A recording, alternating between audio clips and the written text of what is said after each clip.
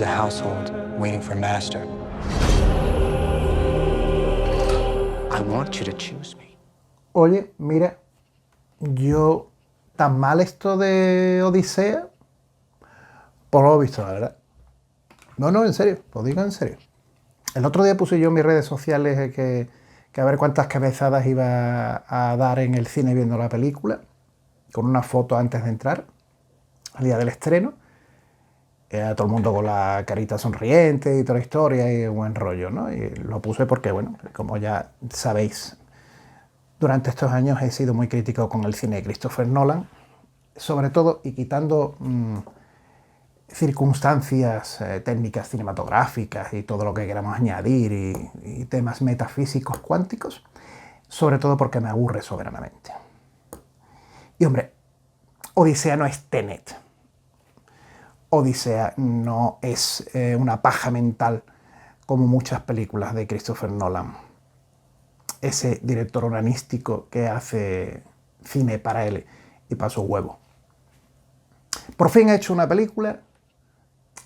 Oppenheimer era también onanística, pero bueno, Oppenheimer era una película que se abrió un poquito más, a pesar de que sigue teniendo la fea manía de hacer películas larguísimas. Pero ya se notaba una cierta apertura a los mortales que estamos, las chusmas de los mortales que estamos aquí abajo y no somos capaces de entender el alto nivel intelectual de Nolan a la hora de hacer cine. Y ahora ha hecho una adaptación de la Odisea de Homero, la historia famosa de Odiseo, en el mundo romano llamado Ulises. Como muchos ya sabréis, no vamos a ponernos ahora a dar unas clases de historia, pero bueno, no está mal decirlo. Y todo ese camino por volver a su casa que emprende Odiseo y que es castigado por los dioses por lo capullo que fue cuando ocurrió lo de Troya. Bueno, una historia falsa, una leyenda, lo digo también por si alguien piensa que es que todo esto que escribió Homero está basado en hechos reales y todo eso. Bueno, esto sí está basado en hechos reales como muchas otras cosas. Ni siquiera hay constancia de que existiera un rey que se llamaba Odiseo. Hay datos que aportan que hay cosas reales en la historia que escribió Homero, por lo tanto, bueno, pues hay una parte de leyenda, hay una base histórica, pero que todo lo que se cuenta, y evidentemente ya cuando entramos en la historia de los monstruos, el Polifemo, el Cíclope y todo eso, pues bueno, ya, vamos a hablarlo. Pero bueno, sea realidad, sea falso, sea la historia, parte de la historia de los griegos y todos aquellos pueblos, real o no, eso no nos importa. Vamos al cine a disfrutar y a ver una película. Odisea, bueno, no, en serio, vamos, me ha gustado. Me ha gustado. Vamos a ser francos y directos, pero si no después salen vídeos más largos que Odisea. Esto es una película muy larga, de 173 minutos, en la que yo, afortunadamente para mí, e increíblemente, prácticamente, me parece que una vez en 3 horas miré el reloj, y lo miré por curiosidad, pero yo no he mirado el reloj, y es raro que yo no mire el reloj en el cine actual, y en una película de 3 horas que no sea de David Lynch. Evidentemente ya están diciendo que Christopher Nolan, por la forma de contar el Odisea, es el nuevo David Lynch del cine. Es gracia la gente aquí. Esto es muy gracioso. Es tremendo.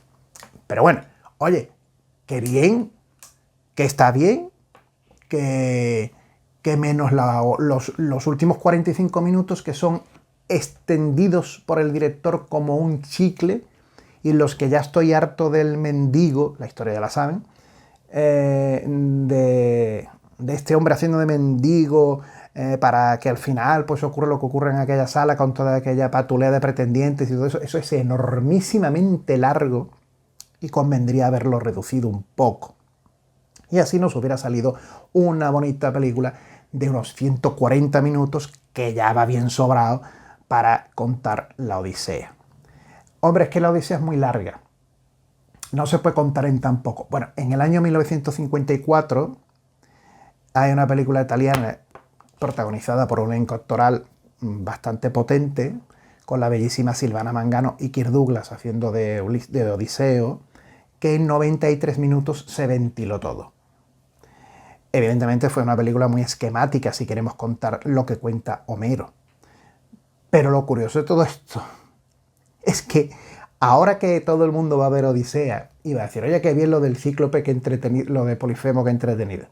Oye, qué bien lo de las ovejitas, qué bien lo de cómo, hay que ver la historia de cómo se escapan ellos de dentro de la cueva porque se ponen para que el Polifemo toque con una de sus manazas, el gigante, y se crea que son las ovejas las que están saliendo en lugar de los griegos, ¿no?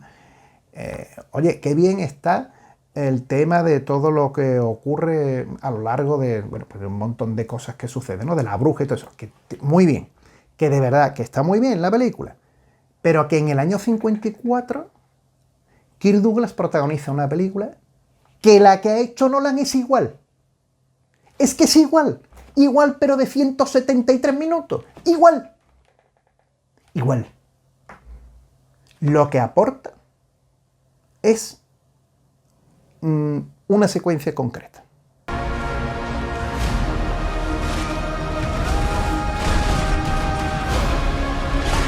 Efectivamente, los llamados lestrigones en la historia homérica de la Odisea. Estos seres que originariamente escritos en la historia original son enormes y van desnudos, en el guión de Nolan, y Nolan los viste con una armadura imponente, gigante, con un estilo muy medieval, podríamos decir, a lo que estamos acostumbrados a ver las películas, no tampoco medieval real, porque en la Edad Media no había esas armaduras que vemos, por ejemplo, en una película como Excalibur, por cierto, muy presente en la Odisea. Huelo en muchísimos momentos de la película de Christopher Nolan a John Boorman cuando dirigió en los años 80, en el 81, quiero recordar, 80-81, Excalibur, pues quitando los lestrigones, a esos gigantes enormes que salían con los griegos a sablazos, acabando prácticamente con todos ellos y mermándolos. Quitando eso, la película es exactamente igual que la de Camerini de 1954, la del director italiano. Claro, me vais a decir, hombre, es que la historia es la misma. Si la historia es la misma, pues tiene que ser lo mismo. No, es que no es cuestión de que la historia sea la misma. Tío, que es igual en planos, en secuencias. Es que no se comió el coco el señor Nolan para prácticamente el 80% de la película. Es que el momento del canto de las sirenas, es que muchos no habéis visto la película, entonces no puedo poner tampoco la Odisea ahora las secuencias, porque algunos me habéis puesto a parir por lo que hice con la última película de Spielberg, pero yo lo siento porque mis vídeos son preferiblemente para verlos después de ver la película, para así poder analizarlos más detenidamente. Pero cuando la veáis, lo de las sirenas es exactamente igual en todo que lo de la película protagonizada por Kirk Douglas. Claro, ahora todo el mundo habla de la Odisea, pero parece ser que es que pocos han visto otras versiones de las muchas que hay en el cine de la Odisea de Homero. Y entre ellas, a mí se me viene a la memoria en estas últimas 48 horas las dos que he repasado. La protagonizada por Kirk Douglas y una horrorosa, horrible, horrenda, estrenada el año pasado, que protagoniza Ralph Fiennes, el actor de la lista de Schindler, el paciente inglés y todo eso. Con un elenco en total además, en donde bueno, está Ángela Molina, está Juliette Binoche, que hace de Penélope, en fin, hay un elenco actoral magnífico. Y la música, que ahora hablaremos de la música de Ludwig Göransson, el de Odisea de Christopher Nolan, pero la música de esa película en concreto es de Raquel Portman, una famosa compositora, que se ha llevado con Oscar incluido, se ha llevado unos cuantos Oscars, que la música que hace para el regreso de Ulises, creo que se llama la película protagonizada por Ralph Fiennes, me parece, está en Movistar Plus, la vi yo ayer. La música es como la película, o sea, no puede haber algo más plano en la vida, más plumbeo, más... Es que no es aburrido, sino que es absolutamente como un encefalograma plano. A ver, una cosa es... En fin. Hombre, pero es que la película de Ralph Fiennes haciendo de Odiseo es seria, no es una concesión al espectáculo. Eso se dice mucho en las películas aburridas, ¿no? Cuando se hizo el Robin Hood, que prácticamente coincidió en el tiempo, el Robin Hood que protagonizó Patrick Bergin y el Robin Hood que protagonizó Kevin Costner, La versión otra se dijo, hombre, es que es menos espectacular que la de Kevin Costner, pero es más fidedigna. No, es más coñazo, es más aburrida. Vamos a dejarlo de tonterías. La pesta es igual, además es una película que parece un telefilm. O sea, ¿cómo se puede rodar tan horrorosamente mal como estas imágenes que estoy viendo aquí?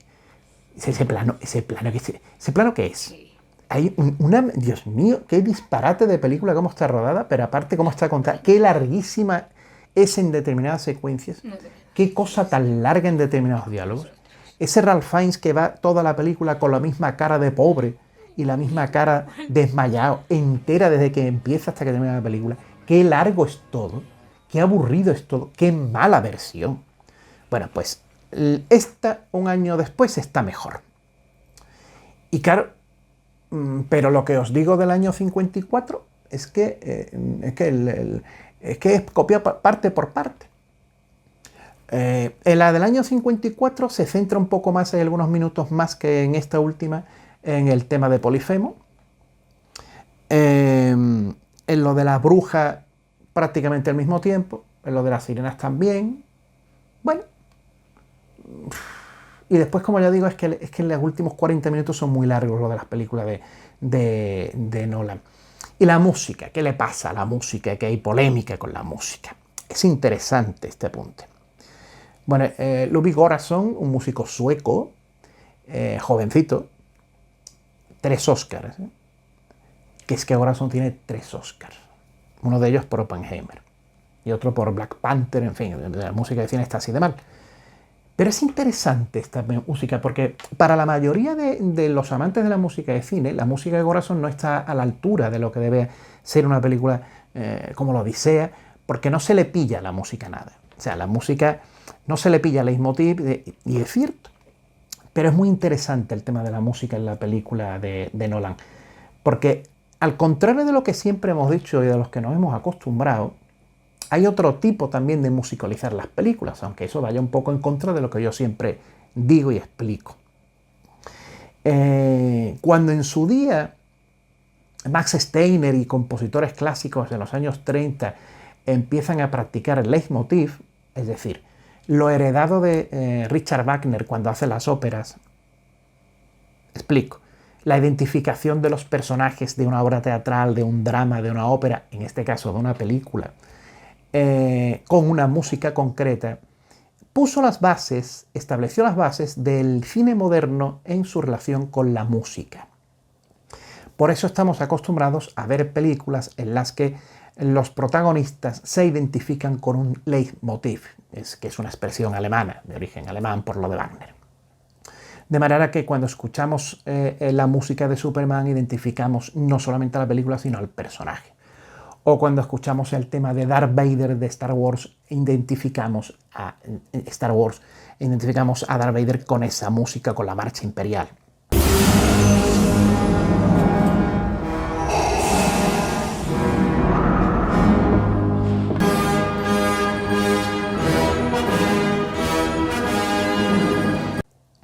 Cuando escuchamos determinados leitmotiv de otros personajes secundarios de películas, enseguida se nos viene a la mente esos personajes. O el tiburón con el famoso tema, estoy poniendo todos los temas de John Williams, pero podemos hablar del tema de otros temas, Jerry Goldsmith con Rambo, etcétera, etcétera. Los grandes compositores de música de cine generalmente han hecho leitmotiv en sus partituras y han identificado personajes, localizaciones, situaciones, incluso momentos dramáticos con música para identificar al espectador con ese personaje o con ese momento dramático. Ese recurso se utiliza en el cine de siempre. Es el recurso estándar. Es el poder narrativo de un tema que identifica con un personaje o con algo. Pero claro, eso es desde Max Steiner y desde aquellos años. Pero hay un tipo de música cinematográfica que no es así. Y que aunque yo no he hablado mucho de ella cuando he hecho vídeos y no soy muy partidario de ella, es ese tipo de música que parece la música que hasta los años 30 acompañaba a las imágenes de las películas en el cine mudo.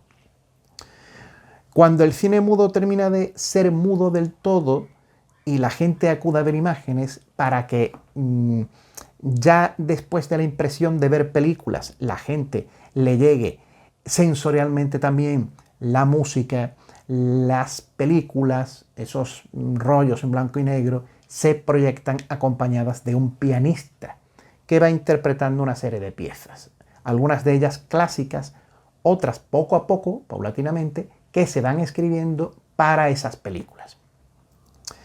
Claro, esa música no tiene un carácter narrativo, explicativo de los personajes, porque es música de acompañamiento, es música de ocio, de sensorial, de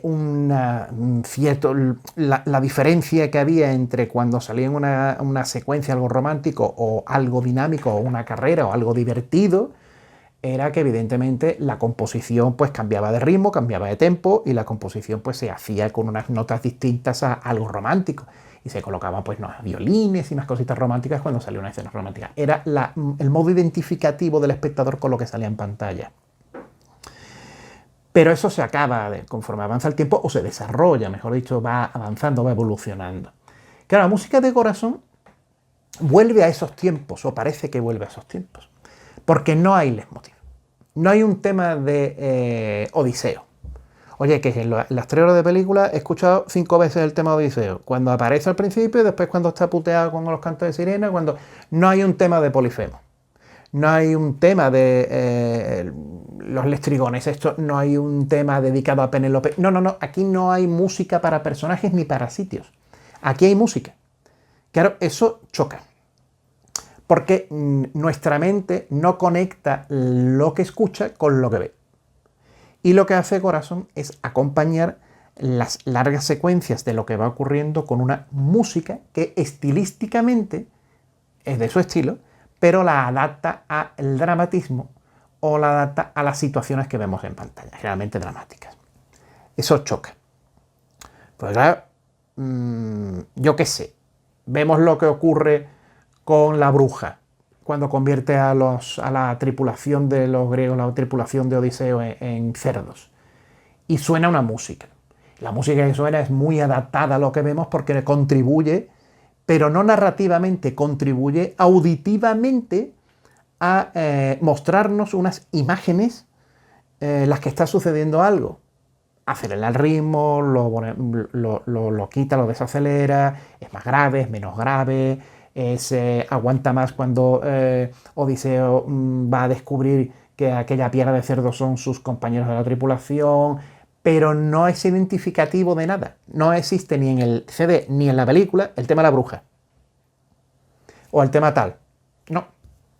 Después, lo que ocurre con las sirenas, igual. Claro, todo esto, ¿qué hace? Pues que cada 20 minutos haya bloques de música para la película que son inconexos.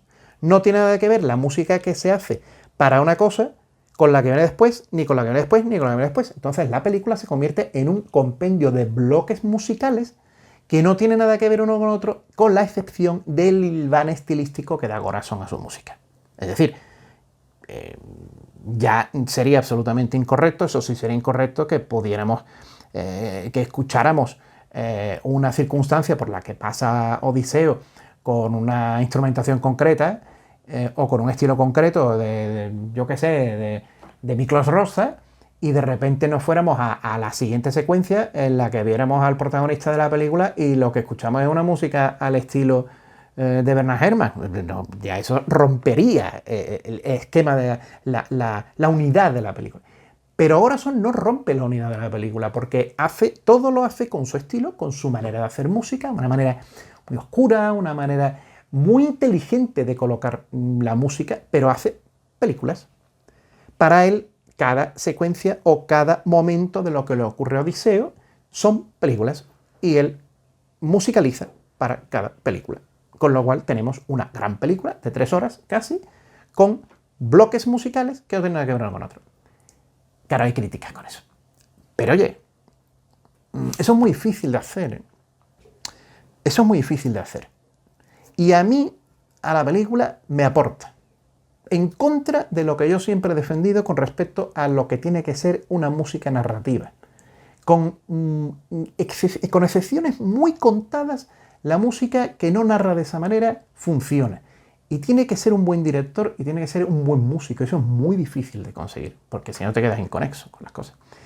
Y aquí en La Odisea a mí me funciona. Lo tengo que reconocer. Y sabéis que no soy ni amigo de Nolan, no me gusta nada su cine, no me gusta hasta ahora, ni me gusta Corazón, que me parece increíble. 3 Oscars, insisto. Pero a mí en La Odisea me funciona. A mí me funciona ese sistema de bloques, ese sistema que parece sacado de antaño, de cuando el cine no era, la música era de un señor con un piano, que había que acompañar aquello para que aquello no se quedara soso. Pues es lo mismo lo que hace Corazón. Corazón está musicalizando lo que estamos viendo, pero no guarda relación una cosa con otra, sino lo que hace es, oye, pues, escucha, que durante este bloque te voy a crear unas sensaciones musicales. Y eso es válido. Eso es válido. Porque si estás durante 25 minutos, 20 minutos pendiente de Polifemo lo que ocurre, si estás viendo ese fragmento de la película y la música te está ayudando para que las sensaciones visuales sean mejores o para que te esté creando una sensación, aunque no tenga poder de identificación con los personajes, a mí me vale. Y a mí me pasa eso con la música. Por lo tanto, a mí me parece que Corazón ha hecho una buena banda sonora muy distinta, muy difícil, y muy poco habitual en el cine. Pero no le veo razón a la crítica.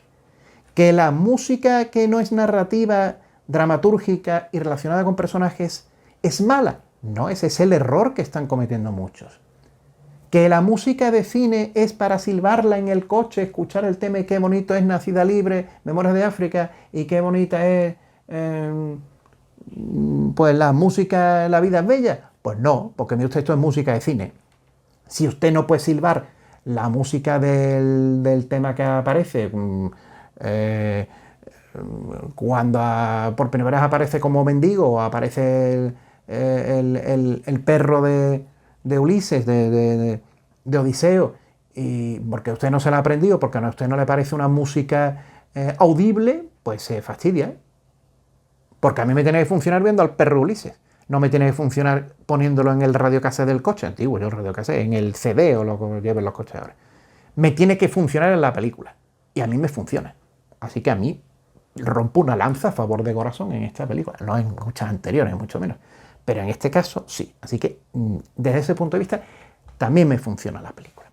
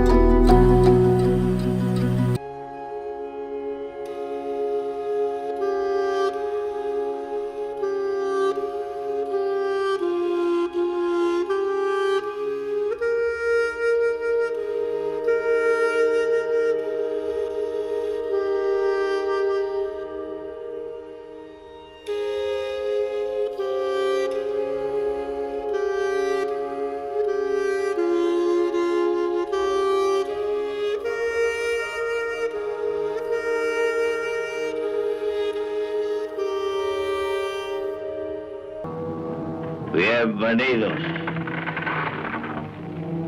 Te ruego que recuerdes las leyes de la hospitalidad. Las leyes del padre Zeus. ¿Qué me importan las leyes de Zeus? Yo soy Polifemo, hijo de Neptuno. El hijo de Neptuno, estamos perdidos.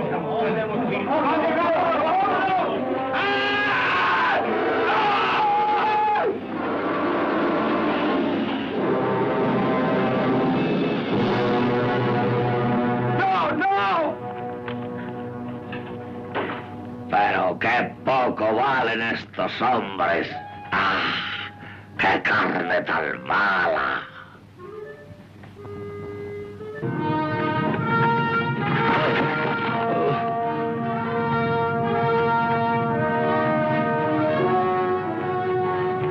somos Ulises. ¡Que los dioses os maldigan!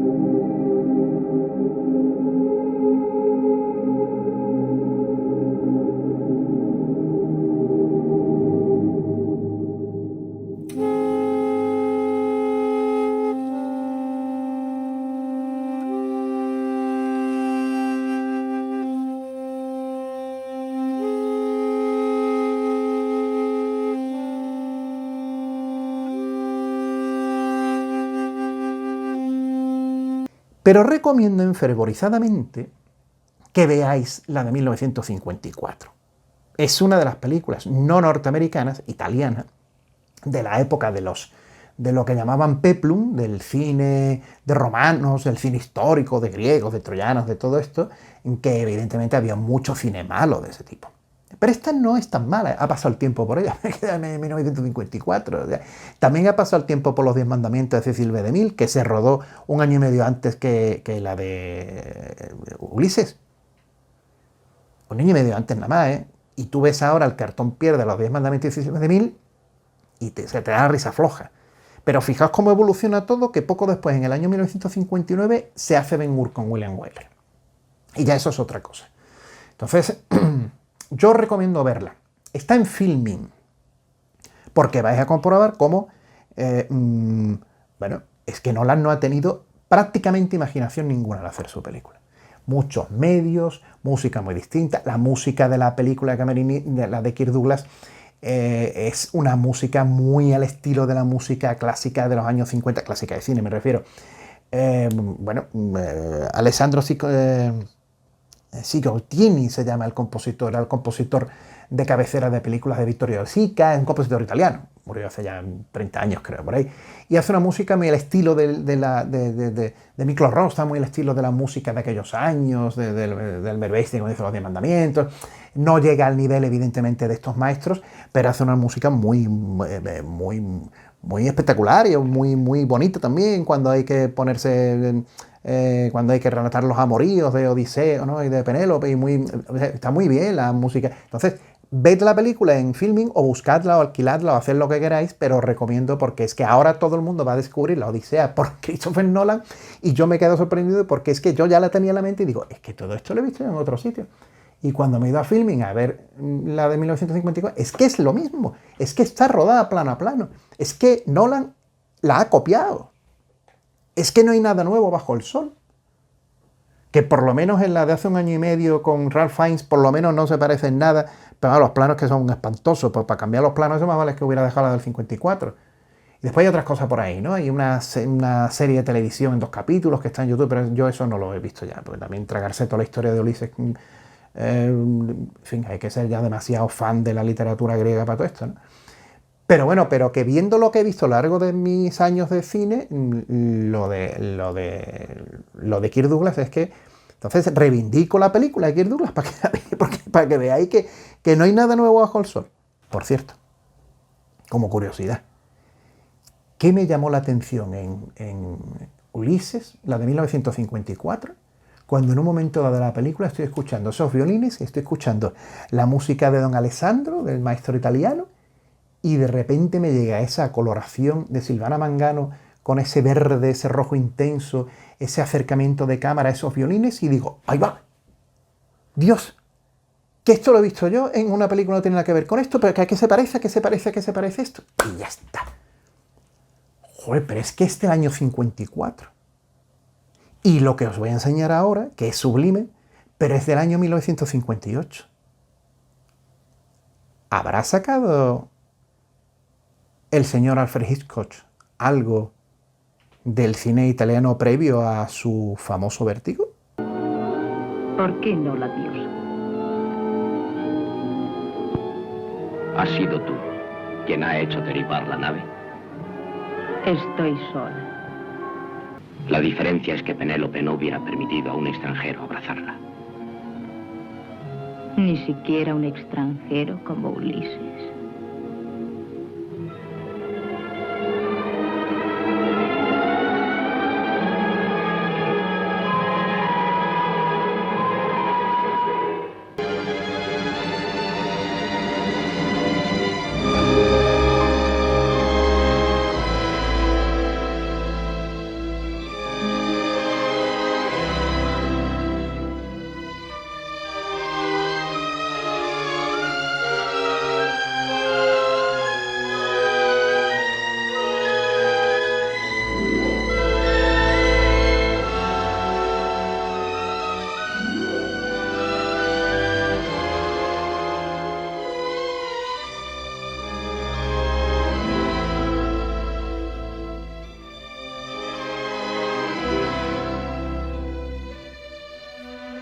Y cuando aparecen los famosos cantos de sirena, que ya sabéis también que la expresión viene de las sirenas que se encontraban en los marineros griegos y que se ven embaucados por esos cánticos que protagonizan estas sirenas desde sus rocas, desde sus islas, pues bueno, pues al igual que Kirk Douglas termina atado al poste de la misma manera y con la misma expresión y con la misma cara, termina también en la película de Christopher Nolan su protagonista, que por eso está muy bien este chico, Matt Damon. Bueno, el elenco actoral en general también de la película de Nolan está muy bien, hay que también que reconocerlo. Ahí lo tenéis.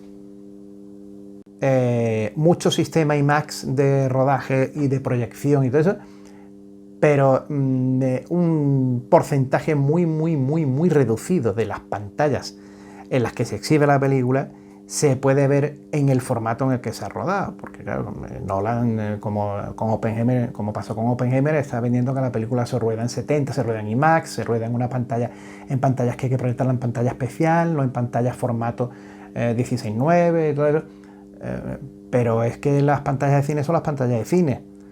Y apenas hay un porcentaje muy pequeño, bueno, en España muy pequeño, pequeñísimo, de salas en las que se pueda ver cómo lo ha concebido Nolan la película, que hay más, al ser la pantalla, el formato del rodaje de la película mucho menos apaisado, no es un 4:3, pero es mucho menos apaisado y tiene más aire por arriba y por abajo, más aire por arriba, que es lo correcto decir.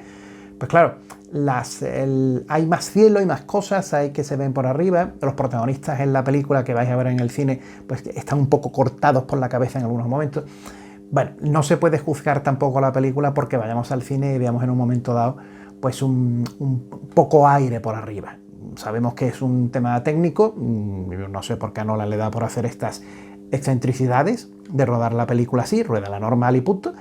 Pero bueno, tampoco, sabiendo que eso ocurre y que los cines, la mayoría, el 90%, no están preparados para que esta película se ofrezca en su formato puntualísimo, puntual, pues bueno, no podemos rechazar tampoco la película por eso, porque no está mal rodada. Teniendo en cuenta que muchas veces hoy nos tragamos cuando estamos delante del televisor las películas cortadas, en escope quitadas las dos bandas negras para ampliarlas, para masacrarlas por televisiones estatales, por televisiones privadas, por televisiones de pueblo, de estas que cogen las películas medio piratas y no se sabe de dónde vienen, y después... El otro de Irma la Dulce, sí, Irma la Dulce, la de Lema, que una televisión de estas de pueblo de aquí, donde yo vivo, la había cogido la película, la había estirado hacia arriba, y 2 horas viendo Irma la Dulce con un formato... O sea, es que a la cárcel mandaba yo el responsable de todo esto. Pero bueno, la gente no protesta, la gente está ahí, pasa, pues no vayamos a ponernos tiquismiques ahora con decir que es que la Odisea es que faltan 2 dedos de la cabeza por arriba de Penélope. Bueno, vale, bien, pero que no le vayamos a buscar a la película ese fallo, porque eso es una tontería. Así que bueno, esto es lo que quería contaros del tema de la Odisea, que hemos hablado ya de varias cosas. Fundamentalmente, como resumen, que a mí me parece una buena película, me parece que está bien, me parece una película hecha con mucha pasta y una película distinta. Me parece una película reivindicar su banda sonora como una forma absolutamente también diametralmente distinta al cine convencional, a la narrativa convencional de la música, de la musicología cinematográfica. Y me gustaría destacar y reivindicar que hay una película rodada hace ya muchísimos años en la que Nolan se ha inspirado clarísimamente, y no solamente para contar la misma historia, sino clarísimamente en plano a plano y en secuencia a secuencia. Así que tan original no es Nolan a la hora de hacer cine, o no lo ha sido, y ha trabajado poquito en este aspecto. En este aspecto no se ha comido el coco y le ha gustado mucho el clásico italiano, que reivindico también dentro de lo kitsch que puede parecernos hoy día la película protagonizada por Kirk Douglas. Bueno, queridos amigos, amigas de Último Estreno, que paséis unos buenos días durante este mes de julio, durante este verano, y si este vídeo lo veis más adelante, pues nada, pues invito a que, si no la habéis visto la película todavía, bueno, pues vayáis a verla, y que en los comentarios no de otras redes sociales, en otras redes hay mucho burro suelto, que en YouTube, debajo mismo de este vídeo, en YouTube, pues comentemos y expreséis vuestras opiniones y le vamos a hablar. Saludos de José Carlos Hernández, que la paséis bien.